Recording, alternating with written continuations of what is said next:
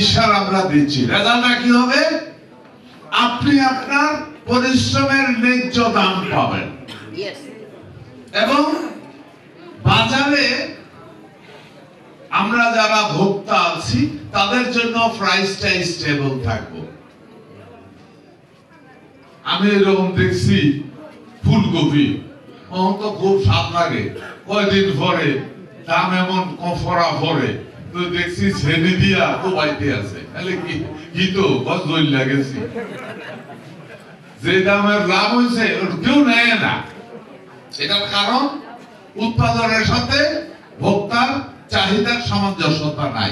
এটাই তারেক রহমানরে আমি প্রশ্ন করছিলাম এবং ফাইনালি এগ্রি হয়েছে যে হ্যাঁ, এটা 27 দফার ভিতরে ইনক্লুড করার একটা মেকানিজম করা হবে। আসেন, বক্তব্য দীর্ঘায়িত না, আজকে আমাদের রেলি করা প্রয়োজন। আচ্ছা, রেলি বোধহয় প্রধান উদ্দেশ্য, আপনারা যারা কৃষক দল করেন, এদেশের 80% মানুষ কৃষক। আর আমার ব্যাপারে যদি বলেন, আপনারা বুঝছেন, আপনারা যে কাম পারেন আমি সব কাম পারি।